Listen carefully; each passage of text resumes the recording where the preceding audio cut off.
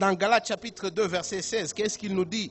La parole de Dieu me dit que j'étais maudit à cause de mes péchés, à cause de mes manquements, à cause de mon non-respect de la loi de Dieu. Mais que Dieu, dans son amour, a envoyé son Fils Jésus. Et qu'est-ce que Jésus est venu faire? Il a pris cette malédiction sur lui, verset 13. Il est devenu malédiction pour nous. Il est allé sur la croix. Et ce processus, ça s'appelle le processus de rachat. Il a payé ce que nous devions. Il a subi la punition qui était la nôtre. Et en retour, qu'est-ce qu'il nous a donné? Verset 14. L'Esprit de Dieu, le Saint-Esprit promis par Dieu.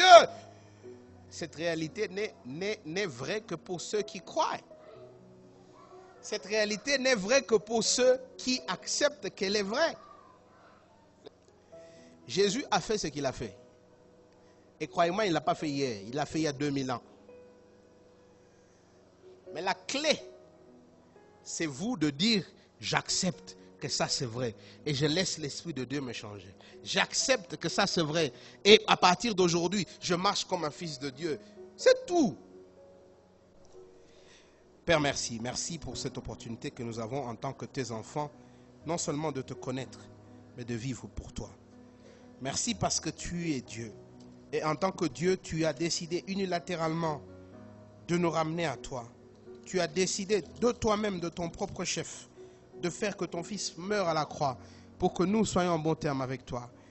Merci aussi parce que tu as décidé d'envoyer ta parole et ton esprit pour nous convaincre que de nous-mêmes, nous ne pouvons pas être justes devant toi, que nous avons besoin de ta grâce.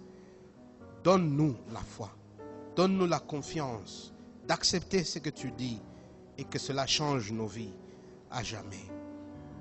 Souviens-toi de tous mes amis et frères qui sont ici.